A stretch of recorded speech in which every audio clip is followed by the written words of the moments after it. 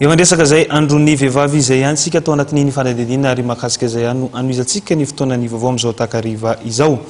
Vehivavy iray alina no andrasana ny Antsiranana mandritra ny fankalazana ny 8 Martsa rahampitso.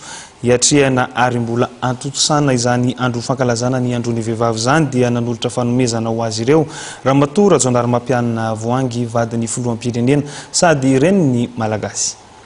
Vehivavy manodidina andray alina eo no andrasana ny Antsiranana izay tanàna nosafidiana manokana andrain'ny fankalazana ny andro iraisam-pirenena ho an'ny vehivavy rahampitso 8 Martsa taona 2024. Efa vonina avokoa ny foto-drafitrasa rehetra andraisana ireo vehivavy solitena ny faritra 12. Zay zany fomba nandehan'ny minana satria be dia be zany ny ato amin'ny faritra ny diana zany zay tonga ary ny ary amin'ny lycée zany no nametrahana zay olona ivelan'ny région Diana rehetrarehetra zany satria any zany malalaka be ngeza be zany ary amin'ny lycée. Ampifaliana tanteraka ny nandraisan'ireo délégation vehivavy namonjy ny fankalazana ny 8 Martsa ao Antsiranana izao fotoana ahafahana mitaka ny fitovian-jo mba ho fampandrosoana ny firenena iraisan'izao. Fitovian-jo zegny mba hoe manana fanapahan-kevitra amin'ny lafiny fampandrosoana zegny ny viavy ary afaka miditra antsehatra amin'ny raha maro koa zegny ny viavy zay zegny tanjona mba ampisehoana zegny amin'ny hoe viavy koa mba hoe manana lanjany fo zegny